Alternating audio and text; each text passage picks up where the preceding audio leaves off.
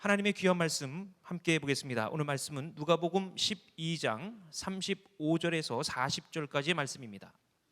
한 절씩 교독하고 마지막 40절의 말씀 합독하도록 하겠습니다. 허리에 띠를 띠고 등불을 켜고 서 있으라. 너희는 마치 그 주인이 혼인집에서 돌아와 문을 두드리면 곧 열어주려고 기다리는 사람과 같이 되라. 주인이 와서 깨어있는 것을 보면 그 종들은 복이 있으리로다. 내가 진실로 너희에게 이르노니 주인이 띠를 띠고 그 종들을 자리에 앉히고 나와 수종 들리라. 주인이 혹 이경에나 혹 삼경에 이르러서도 종들이 그같이 하고 있는 것을 보면 그 종들은 복이 있으리로다. 너희도 아는 바니 집주인이 만일 도둑이 어느 때에 이를 줄 알았더라면 그 집을 뚫지 못하게 하였으리라. 그러므로 너희도 준비하고 있으라. 생각하지 않은 때에 인자가 오리라 하시니라. 아멘.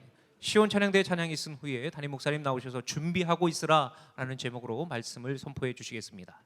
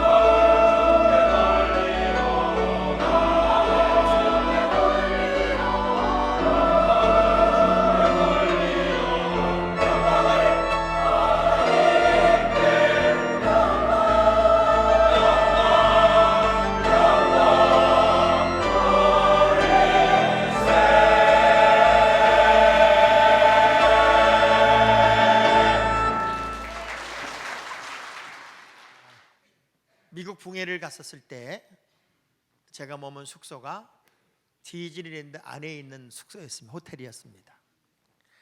굉장히 많은 전 세계에서 온 아이들이 엄마를 따라서 아빠를 따라서 그 호텔에 머물고 있었고, 저는 새벽에 이제 집회를 마치고 돌아오면 그 사람들은 이제 디즈니랜드를 가기 위해 셔틀버스를 타는 그런 광경을 매일 볼 수 있었고, 또 조금 밖에 나가면 그 전체가 디즈니랜드 거리이기 때문에 아이들이 얼마나 신바람이 나서 뛰어다는지를 다 볼 수 있었습니다. 손에는 뭐 상징적인 것들을 다 들고 머리에도 쓰고, 아이들은요 뭐 차에서 내리자마자 이리 뛰고 저리 뛰고 막 퍼레이드 하는 데 가서 하이파이브를 하고 만지기도 하고 난리가 났습니다. 그런데 엄마 아빠들은 재미가 하나도 없어 해요. 그 아이들 찾느라고 정신을 못 차리고 한 이틀쯤 지난 엄마 아빠들을 보니까 지쳐가지고 얼굴이 누렇게 떴어요. 그런데 아이들은 날마다 신바람이 나요. 제가 그 광경을 보면서 주인공과 구경꾼의 차이가 이렇게 크구나 하는 걸 느꼈습니다.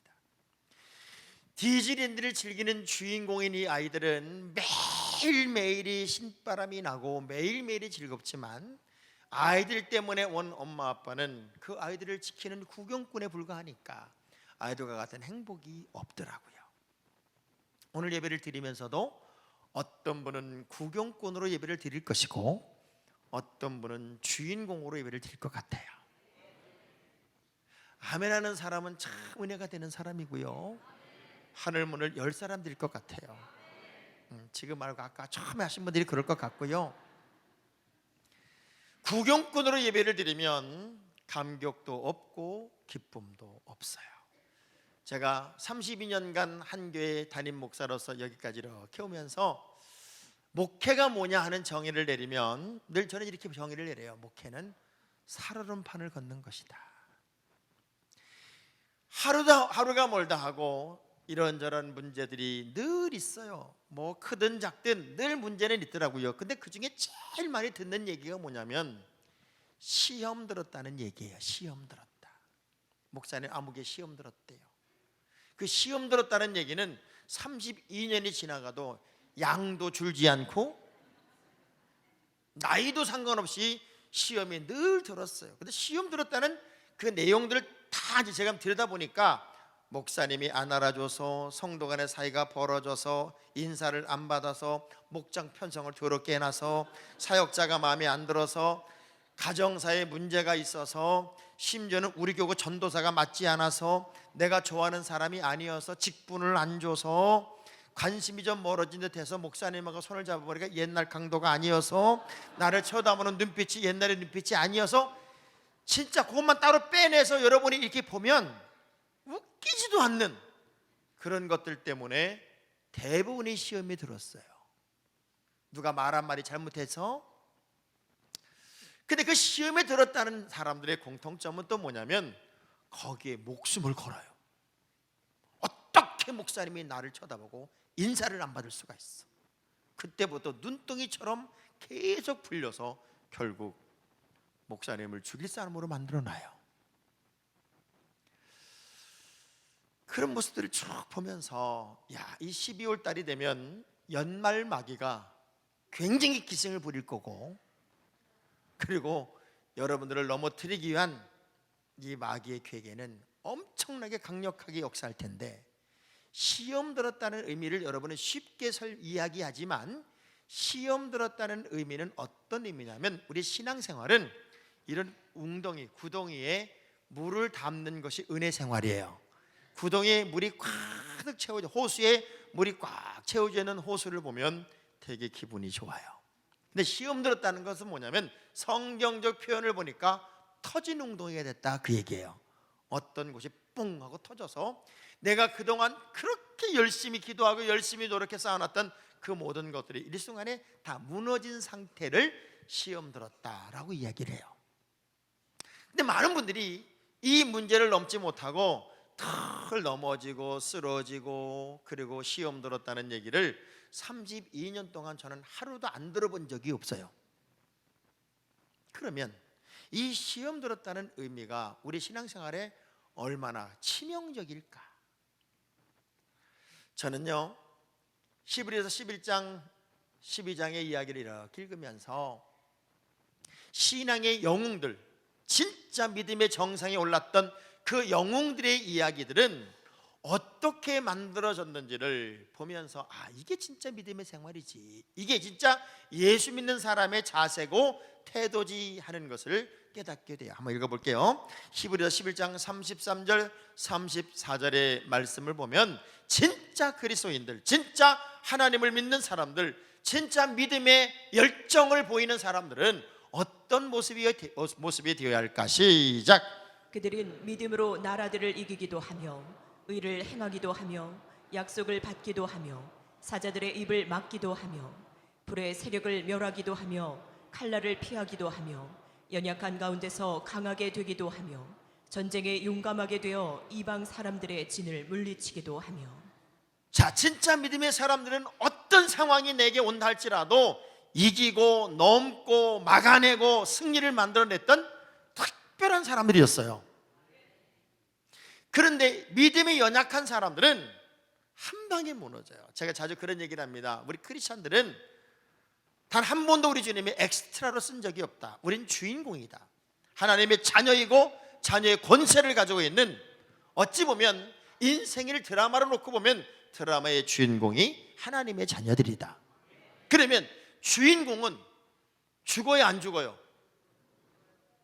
주인공은요, 아무리 어려움을 겪고 아무리 총을 10발을 맞아도 주인공은 안 죽어요.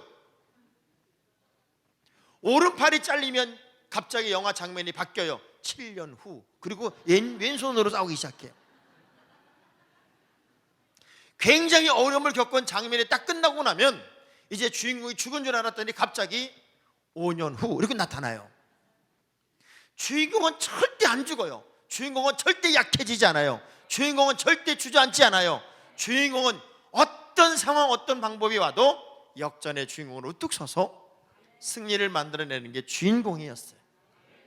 그래서 참 믿음의 사람들이 어떻게 준비된 상태로 그들에게 부닥치는 수많은 역경과 문제와 환난들을 이겨냈는지 오늘 성경은 분명하게 이야기하고 있으며, 이 사람들을 대변하는 말씀이 히브리서 11장 38절에 이렇게 표현됐어요. 시작.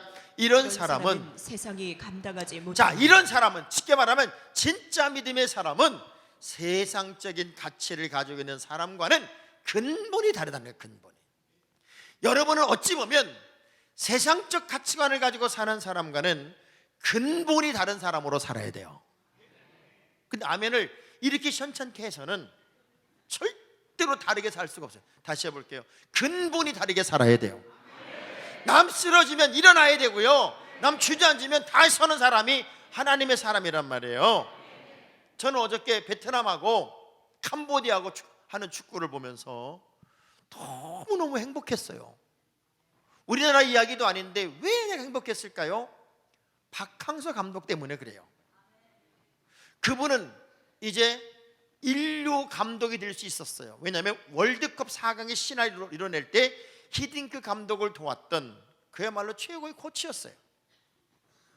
그런 그가 여기저기 가서 감독을 하면 성적을 못 내요. 그런데 3류 4류로 떨어질 수밖에 없는 환경에서 더 이상 희망이 없다고 여겨졌을 때 기도하는 아내를 통해 베트남 감독이 되었고, 말도 안 되는 연봉을 받고 베트남에 가서 성공의 신화를 쓴 사람이 바로 그 사람이에요. 베트남에 가면 장학봉은 몰라도 박항서는 다 알아요. 엄청난 인물이 됐어요. 엄청난 사람이 됐어요. 그런데 어제 4대0으로 이기고 결승전에 올라가더라고요.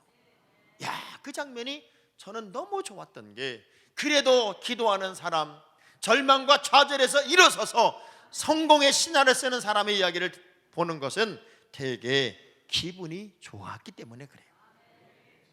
살아가다 보면 우리 인생에 항상 파란 신호등만 있는 게 아니에요.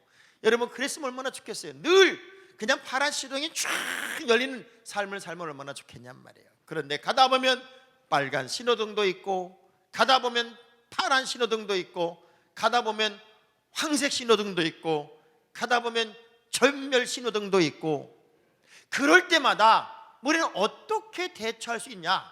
그것이 정말 준비된 사람의 자세이고 태도란 말이에요. 역으로 보면 빨간 신호등일 때 그냥 달려가다가 큰 사고를 내놓고 파란 신호등 아니었어? 이렇게 말하는 사람이 얼마나 불행한 삶을 사는 사람이겠냐는 거죠.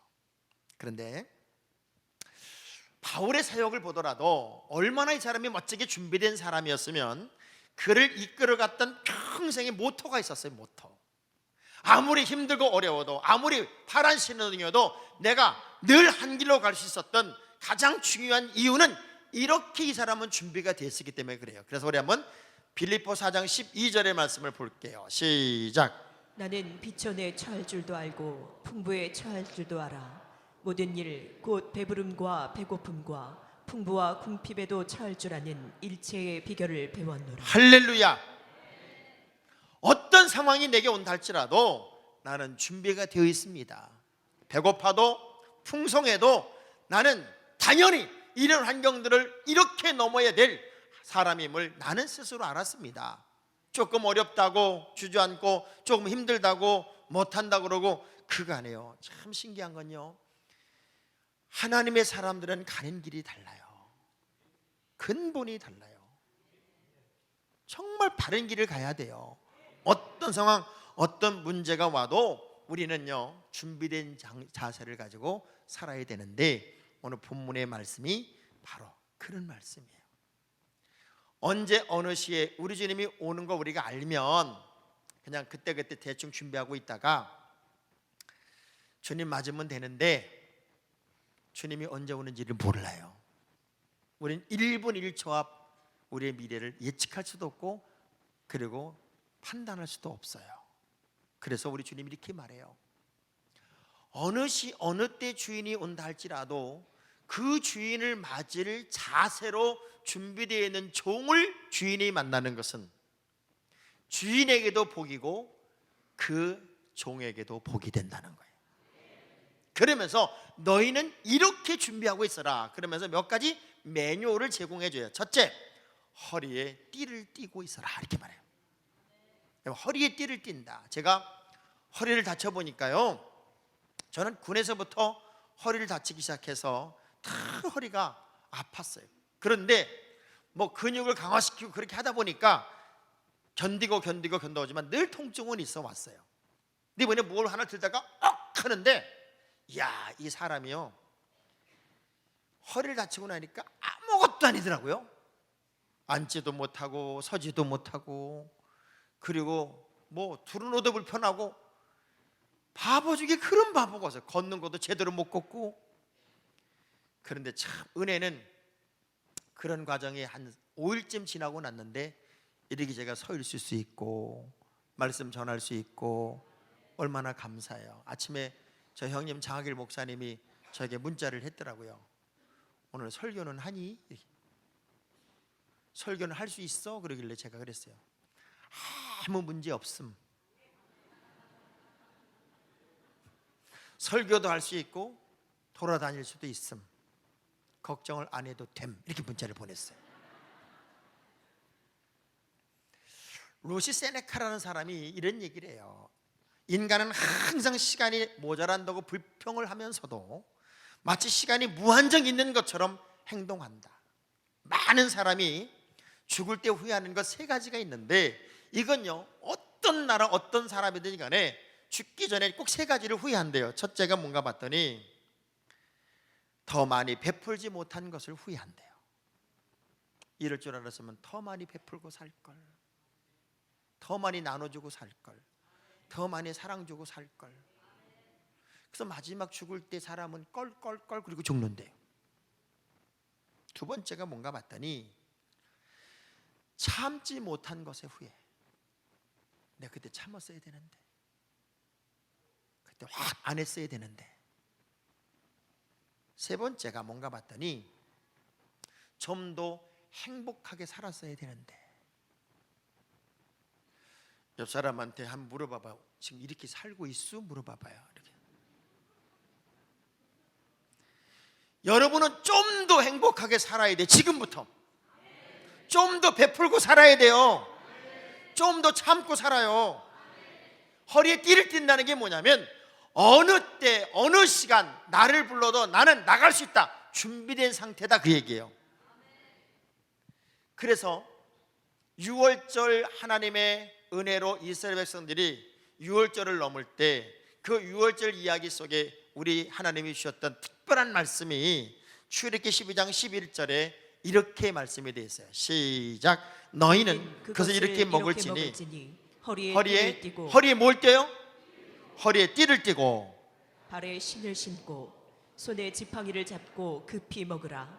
이것이 여호와의 유월절. 자, 허리에 띠를 뗐다는 얘기는 지금 당장이라도 전쟁터에 나갈 수 있고 가라면 갈 수 있고 확실하게 준비된 상태가 허리에 띠를 띈 상태예요. 근데 신기한 건 시험 든 사람, 제가 처음에 시험 든 얘기했지만 시험 든 사람의 공통점은 이 말을 되게 많이 해요. 안 해. 난 이제 안 해. 이제 나는 이것도 안 하고 저것도 안 하고 조용히 교회만 다닐 거예요. 조용히 교회만. 여러분, 조용히 교회만 다닐 수는 없어요. 왜냐하면 우리는 세상에 비치고 세상의 소금이어서 조용히 다니려면 절간을 가야 돼요. 조용. 자, 두 손을 가슴에 대고 온풍기 끄세요. 조용히 두 손을 가슴에 대고 조용히 다닐 수는 없습니다. 교회는 수도하는 곳이 아니에요. 교회는 돌들과 어우러져서 부닥치면서 내가 조약돌이 되는 자리예요. 그런데 많은 분들이 시험 들면 안 한대요. 이번에도 우리 부목사들이 이제 목장을 이제 교구를 나누면서 또 이제 부부가 있으면 같은 교구로 하면서 새롭게 목장을 잘내니 얼마나 어렵겠어요. 그러니 목자감들에게는 이번에 목자 좀 하셔야 되겠습니다. 그럼 가장 많이 들려온 얘기가 목사 안 한대요. 그분도 안 한대요. 제가 그 얘기를 쭉 보다가 아니 안 하면 안 되는 사람이 안 한다고 그러더라고요. 그래서 그냥 하라고 그래. 안 하면 안 되는 사람들이 안 한다고 그러면 안 되잖아요. 그래서 제가 뭐래? 하라고 그래. 확 써버려. 그랬어요. 그랬더니 아침 1부 때 우리 부목사님들이 얼마나 웃기는지 전부 다 교회 눈치를 보는 거야. 눈치를 보는데 이러는 거예요. 목사님 지나가면 막 눈을 흘겨요. 참나. 예전에 우리 교회에 그런 집사님이 계셨어요. 목장을 이렇게 짰는데 이제 한 번은 이렇게 너무 맨날 끼리끼리만 도니까 그냥 그 사람들 틈바구니 못 벗어나고 거기만 머물러 있는 사람들이 너무 많았어요. 그래서 한번 확 엎었어. 그랬더니 막 쫓아오고 난리가 났어요. 그때는 교인들이 많지 않으니까 전부 다 다이렉트 나한테 합니다. 목사님 어떻게 인사 관리를 이렇게 하십니까? 나를 왜 여기서 빼서 죽여 놨습니까?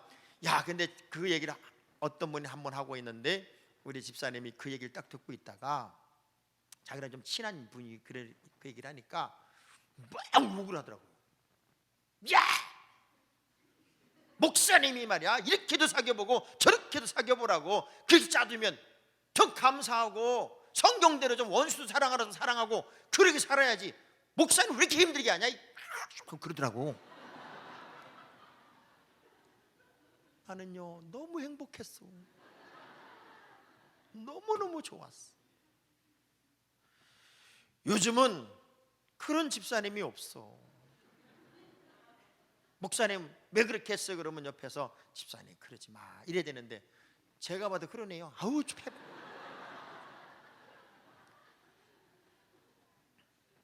모세가 그랬고 기드온이 그랬어요. 하나님이 사명을 맡기니까 못한대요. 안 한대요. 하나님이 모세는 죽여버리려고 그랬어요. 아주 그냥 얼마나 얄미운지. 기드온은 자기가 계속 못한다 안 한다 그러니까 나중에 하나님이 다 증거 보여줘서 그를 세우는데 자기 스스로가 나 이러다 죽으면 어떡하지? 겁을 먹었던 게 기드온이었어요. 옆 사람 눈을 똑바로 쳐다보고 이러지 마세요. 하나님의 거룩한 일에 내가 언제나 준비되어 있다. 여러분 칼을 허리에 차는 이유가 왜 그래요? 적이 나를 향하여 오면 긴급 가장 빠른 스피드로 칼을 뺄 수 있는 자리가 여기이기 때문에 그래요. 그만큼 철저하게 준비된 상태를 허리에 띠를 띄었다. 그럼 우리는 어떤 띠를 띠는 거냐? 신약성경의 에베소 6장 14절의 말씀을 보면 진짜 믿음의 사람들은 이 허리띠를 띠고 있어야 돼요. 시작.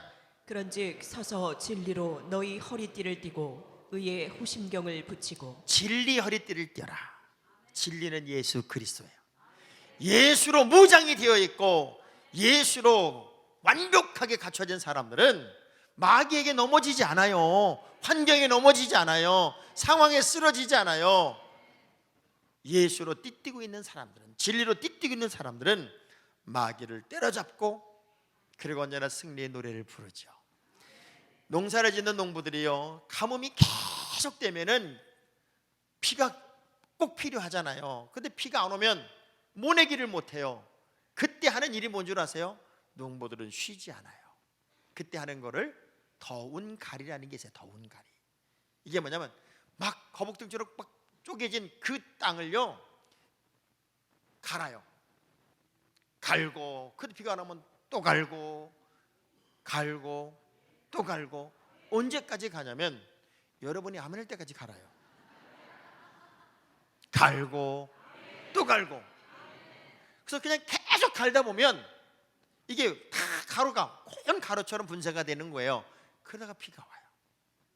비가 오면 모내기판을 다시 만들 필요가 없이 그 갈아놓은 그 상태로 모를 낼 수 있기 때문에 비가 안 오는 해에는 더운 가리라는 걸 한다는 거예요.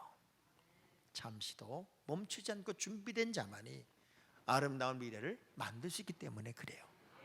저는 오늘 이 예배에 참여한 여러분들이 허리에 띠를 띠듯 언제라도 부르시면 달려갈 수 있는 그 준비된 자세가 여러분의 모습이 되기를 축복합니다. 등불을 켜라. 두 번째, 등불을 켠다는 게 뭐예요? 우리 이런 얘기 많이 들어봤잖아요. 집 나간 자식이 기다리는 엄마는 수십 년이 지나도 그 자녀가 돌아오기를 기대하면서 뭐래요? 집에 불을 켜놔요.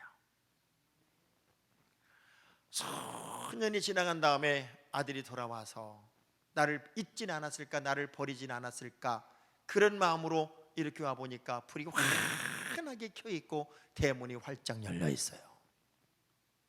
우리 어머니는 평생 나를 기다렸고, 그래서 이사도 가지 않았고 어머니가 나를 기다리고 있었구나. 불을 켰다는 것은 잠자지 않고 있다, 기다리고 있다, 그리고 언제라도 나는 주인을 맞을 준비를 하고 있다 하는 의미예요. 예를 들면 제가 부흥회를 마치고 집에를 이렇게 왔는데 12시가 다 돼서 왔어도 불을 환하게 켜놓고 저를 기다리고 있으면은 제가 제 아내한테 고마울까요? 안 고마울까요? 그런데 와보니까 불을 다 꺼놓고 대자로 코를 드릉드릉 골고 자고 있으면 이쁠까요? 배기 싫을까요? 남편이, 아내가, 자식이 아직 채 돌아오지 않았는데 집에 불 다 꺼놓고 자고 있으면 배기 싫을 것 같아요. 우리가 불을 켰다는 것은 영적으로 깨어있다는 거예요. 여러분이 깨어서 언제라도 주님이 오시면 나는 맞을 준비가 되어 있습니다, 이런 자세가 영적인 불을 밝히고 있다는 거죠. 그래서 성령도 불처럼 임했어요. 누가복음 12장 36절의 말씀을 보면은 그 불을 켜고 있는 종들을 바라보는 그 모습을 이렇게 표현합니다. 시작. 너희는 마치 그 주인이 혼인집에서 돌아와 문을 두드리면 곧 열어주려고 기다리는 사람과 같이 되라.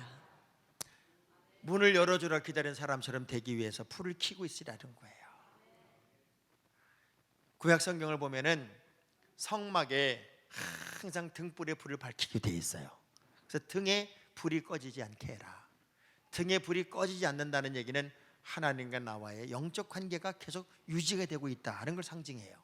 저는요 12월 달 더 많이 영적인 불을 켜고 더 많이 뜨겁고 잠시라도 어두움 속에 있지 않게 되기를 주의 이름으로 축복합니다. 온 세상에 성탄의 이야기로 가득합니다. 아마 대한민국 많은 교회들마다 트리가 지금 다 되어 있을 것이고, 그리고 주님이 오심을 알리는 그런 표식을 다 했을 거예요. 그러면 이 트리를 보면서, 이 불을 보면서 우리는 뭘 느끼게 되냐면, 아, 내가 영적으로 깨어 있어야 되겠구나. 그리고 언제 주님이 오신 날지라도 내가 맞을 준비를 해야만 하겠구나. 인생이라는 게요, 그냥 내가 생각한 대로 다 돌아가면 걱정거리가 하나도 없을 것 같아요. 그런데 내가 생각한 대로 돌아가는 게 하나도 없어요. 그래서 하나님의 운행 속에, 하나님의 어떤 섭리 속에 내가 사로잡혀서 사는 존재가 바로 내가 아닐까. 마지막 시대는 자다가도 깰 때라고 그랬는데 우리 모두 깨어서 정말 새로움도 준비하고 여러분의 인생의 판도 좀 새로 짜서 새 판을 준비하는 기념비적인 주인공이 됐으면 좋겠고요. 제가 2020년 우리 교회 표가 뭐냐면 새로움에 도전하라는 거예요. 새로움에 도전하라. 봐봐요. 몽골은 유라시아를 정복하는 정복전쟁에서 승리했지만 그 정복하고 난 다음에 정치를 못하니까 망해요. 소니라는 회사가 아날로그 카메라 이런 건 최고였는데 디지털을 준비 못하니까 망하더라고요. 우리가 아무리 좋은 것을 현재 가지고 있다 할지라도 새로운 의식, 새로운 눈을 뜨지 않으면 지금 것은 그냥 과거로 흘러버리고 말아요. 그래서 언제나 새로움에 도전하기 위해서라도 여러분은 영적인 불을 밝히고 어두움 속에 있지 않게 되기를 주의 이름으로 축복합니다. 더 중요한 것은 이거였어요. 생각하지 않은 때에 인자가 오리라. 따라합시다. 예측하지 마라. 여러분 스스로 예측하지 마세요. 참 웃기는 사람이 있어요. 교회 갑시다. 난 아직 놀 게 많아서 어렵습니다. 교회 갑시다. 난 좀 더 타락해야 되기 때문에 안 됩니다. 그 언제 가려고요? 우편 강도처럼 가려고요. 죽기 직전에 나 예수 믿습니다. 그래가지고 천국 가겠다는 거예요. 근데 지금은 좀 더 놀아야 되고 좀 더 타락을 해야 되기 때문에 지금은 교회 갈 수가 없대요. 그런데 그게 예측이 되냔 말이에요.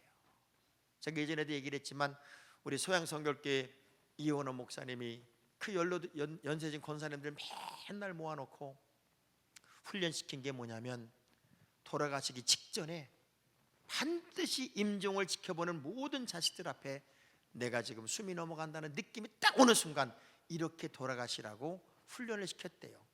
천국이 보인다. 우리 주님이 보여. 이 말을 꼭 하고 돌아가시라고 그랬대요. 근데 어느 누구도 그렇게 돌아가시는 분이 없더래요. 왜냐하면 언제 죽는지를 몰라. 근데 딱 한 분이 정말 돌아가시기 직전에 천국이 보인다. 우리 주님이 보여. 이 말씀을 하고 딱 숨이 넘어가는데 그걸 장남이 녹음을 해가지고 발인 예배 때 틀어줘서 그 발인 예배가 아주 축제가 됐다 하는 이야기를 그분이 나에게 마지막으로 말씀하시고 그 목사님이 교통사고로 돌아가셨어요.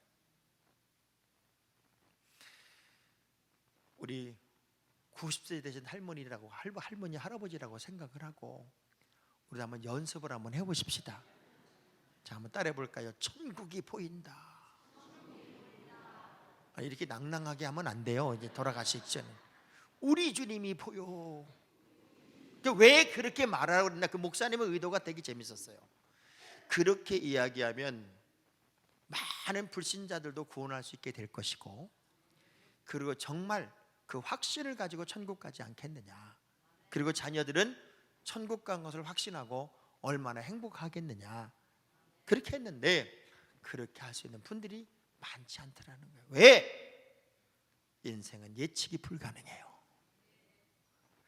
근데 성경에도 아주 재미있는 이야기가 하나 등장합니다. 열처녀 이야기예요. 열처녀 이야기를 보면 슬기로운 5처녀, 미련한 5처녀가 동시에 신랑을 맞는 들러리 역할을 합니다. 그런데 이스라엘의 결혼 예식은 이제 둘이 선을 보고 남자가 돌아가서 이 여자를 데리고 갈 수 있는 모든 환경을 만들어 놓은 다음에 그 1년이 걸릴 수도 있고 2년이 걸릴 수도 있는데 준비가 되면 여자를 데리러 오는 거예요. 신랑의 일행이 오면 이 결혼을 이제 시작하게 되고, 그리고 신랑 일행을 맞이하는 많은 분들이 이제 준비를 하고 있는데 10명의 처녀들이 이제 결혼을 준비하고 있다가 5처녀가 이런 생각을 해요. 늦게 올 것 같아. 이렇게 빨리 올 것 같진 않아. 그러니까 좀 더 있다 준비해도 될 것 같아. 그래서 등불은 만들었는데 기름을 채워놓지 않았고, 5 여자는 언제 올지 모르니까 언제 온다 할지라도 우리가 맞을 수 있는 준비를 하자. 그래서 등불을 준비하고 기름을 다 채워놓고 미련한 다섯 처녀는 아무래도 늦게 올 것 같으니까 좀 가서 자자. 그래서 다섯 여자들이 마음을 모아서 성경 표현은 좀 더 자고 좀 더 졸세 이렇게 돼 있어요. 졸면서 자면서 이제 자기들 나름대로 판단을 했어요. 근데 갑자기 누군가가 소리를 쳐요. 신랑이 온다 소리 치는 거예요. 그 소리를 듣는 순간 준비된 다섯 처녀는 바로 등불에 불을 붙이고 신랑을 맞으러 나가고, 그 나가는 일행을 바라보며 뒤늦게 깨어난 이 여자들이 기름 좀 나눠달라고, 조금만 좀 달라고 막 애원을 해도 나눠줄 기름이 없으니까 못 나눠주고, 그제서야 이 다섯 여자들은 기름 사러 가요. 기름을 사러 가서 이제 결혼식이 다 문이 닫힌 다음에 이 늦게 온 여자들이 문을 두들기는 장면이 있어요. 문을 막 두들겨요. 그때 문이 열리지 않으면서 우리 주님이 그 예화의 마지막 내리는 결론의 말씀으로 마태복음 25장 13절의 말씀을 결론적으로 주세요. 시작. 그런즉 깨어 있으라. 너희는 그 날과 그 때를 알지 못하느니라. 왜 네 마음대로 예측을 했니? 왜 내 마음대로 상상을 했어? 예측하고 판단하지 마라. 하나님의 말씀을 그대로 있는 대로 믿으라, 그 얘기잖아요. 그리고 준비되어 있으면 언제라도 맞을 수 있었는데 왜 너희들은 너희들 생각대로 살았냐, 그 얘기예요. 전 여러분에게 부탁합니다. 신앙생활은 정말 단순해야 돼요. 어린아이 같아야 돼요. 순박해야 돼요. 너무 복잡하면 안 돼요. 그래서 로마서 2장 1절의 말씀을 보면 늘 생각이 많은 사람들은 단 한 번도 마음이 편안하지가 않아서 이렇게 살아요. 시작. 그러므로 남을 판단하는 사람아, 누구를 막론하고 내가 핑계하지 못할 것은 남을 판단하는 것으로 내가 너를 정죄함이니 판단하는 내가 같은 일을 행함이니라. 늘 이게 뭐하니 맞니 저게 틀리니 뭐 판단하고 따지고 이런 사람들이 스스로 편하게 살 수가 없더라는 거예요. 그럼 우리는 어떻게 살아야 되느냐? 고린도서 1장 20절의 말씀을 보니까 진짜 믿음의 사람들은 정말 순박하게 이렇게 살아야 돼요. 시작. 하나님의 약속은 얼마든지 그리스도 안에서 예가 되니 그런즉 그로 말미암아 우리가 아멘하여 하나님께 영광을 돌리게 하나님의 하니. 말씀이 떨어지면 그냥 아멘 하고 그 말씀에 순종해서 하나님께 영광을 돌리며 좀 순리적으로 살면 얼마나 행복할까. 어떤 한 사람이요, 인생에 처절한 좌절을 느끼고 자살을 결심합니다. 수술했는데 회복은 더디지요. 아내는 떠나갔어요. 직장은 실직을 했어요. 정말 못 견딜 것 같아요. 그래서 한겨울에 한강 다리에 다리를 걸치고 이제 죽을 생각을 하고 올라가려고 합니다. 근데 차 한 대가 팍 지나가다가 창문을 착 내리더니 지금 그렇게 떨어지면 얼어 죽어요, 이렇게 얘기하는 거예요. 지금 죽으려고 여기 있는데 지나가는 사람이 큰 소리로 지금 그렇게 떨어지면 얼어 죽어, 이러고 지나가는 말이 얼마나 우스운지 픽 하고 웃고 팔을 내려놨다는 거예요. 그러면서 그치 얼어 죽지 그리고 죽음을 포기했다는 거예요. 여러분, 복잡하고 심각하고 뭐 어떤 문제에 막 몰입을 해서 거기에 막 빠져들어가는 사람이 있는가 하면 피식하고만 웃으면 해결될 문제가 대부분이에요. 우리 오늘 예배에 나온 여러분들이 힘들어요 목사님, 어려워요 뭐 그러지 말고 피식하고만 웃고 툴툴 털고 일어났으면 좋겠어요. 그래서 풀어질 문제들이요 진짜 많아요. 진짜 많아요. 부부싸움하고 사니 못 사니 그래도 피식하고 그렇지 내가 뭐 잘한 게 있나? 그럼 끝나는 거예요. 목장이 좋으니 나쁘니 뭐 교구가, 여러분 교구 목사 누가 들어갈지 몰라요. 담임 목사님 이외의 모든 부교육자는 언젠가는 가요. 근데 거기에 너무 몰인하지 말어. 뭐 우리 교구 전도사님 이분이 해야 된다, 우리 부목사님 이분이 해야 된다, 그러지 말아요. 이분하고도 만나보고 저분하고도 만나보세요. 다 좋은 분들이요. 자기만의 아성을 쌓는 것도 옳은 건 아니거든. 그냥 장학봉 목사님만 좋으면 돼. 피식하고만 웃으면 얼마나 쉽게 풀어질 문제들이 많은데 거기에 그냥 매여서 헐떡거리고 사는 사람들이 참 많이 있어요. 저는 평생 목회를 지금 우리 교회 32년 해보지만 우리 주님의 마음과 똑같은 마음이야. 이런 마음이야. 누가 내 마음을 알아서 내 마음을 시원하게 해줄 사람이 있을까? 누가 주인의 마음을 알아서 주인의 마음을 시원하게 해줄 사람이 있을까? 참 늘 그게 그리워요. 그리워.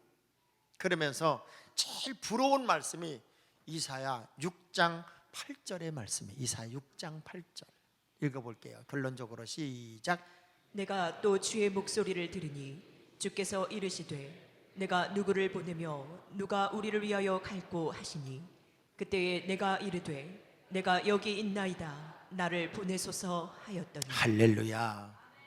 주님, 내가 여기 있습니다. 나를 보내세요. 나를 써주세요. 우리 연습이라도 한번 해보십시다. 연습. 두 손을 가슴에 대고 주님, 내가 여기 있사오니 나를 보내소서. 이거 좀 더 각색해서 볼게요. 목사님, 제가 있잖아요. 저를 쓰세요. 저를 보내세요. 이럴 때 고개 숙이는 사람은 수상한 사람이에요.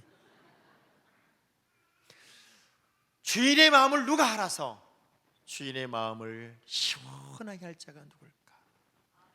주인이 그렇게 준비된 하인들, 준비된 사람을 보는 것은 얼마나 큰 복일까? 그게 오늘 본문의 결론 이야기예요. 여러분, 준비되어 있어야 돼요. 어느 시, 어느 때, 어떤 환경에서라도 우리 주님이 여러분을 필요로 한다고 할 때 그렇게 인정받고 쓰임받을 수 있는 내가 여기 있습니다, 나를 보내소서, 이렇게 말할 수 있는 준비된 한 명이 여러분의 길을 주의 이름으로 축복합니다.